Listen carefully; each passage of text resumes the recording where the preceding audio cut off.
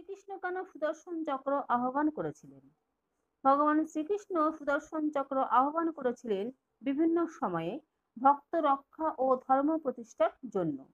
পুরাণ ও মহাভারতের বিভিন্ন কাহিনীতে এর উল্লেখ আছে।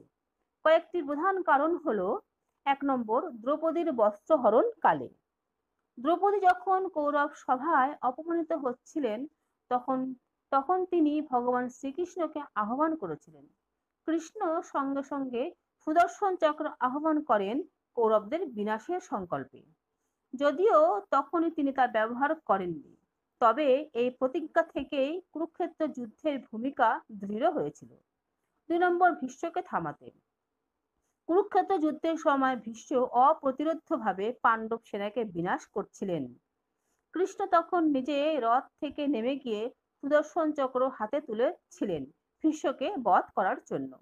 কিন্তু ভীষ্ম ভগবানের পায়ে নত হয়ে প্রার্থনা করলে কৃষ্ণ শান্ত হন। এতে বোঝা যায় তিনি ভক্তের কাছে নিজের শপথও ভঙ্গ করতে প্রস্তুত।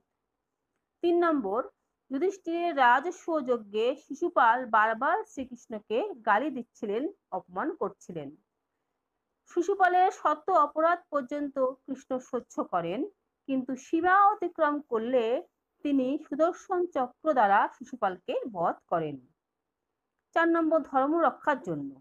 অসুর বধ, অধর্ম দমন ও ভক্তদের রক্ষা করার জন্য কৃষ্ণ বিভিন্ন সময়ে সুদর্শন চক্র ব্যবহার করেছেন। এটি ভগবানের শক্তি ও ন্যায় প্রতিষ্ঠার প্রতীক। তাই বলা হয়, সুদর্শন চক্র ভগবানের ধর্ম রক্ষা ও অধর্ম বিনাশের অস্ত্র। কৃষ্ণ যখনই দেখেছেন যে অন্যায় সীমা ছাড়িয়ে গেছে, তখন তিনি এই চক্র আহ্বান করেছেন। হরে কৃষ্ণ।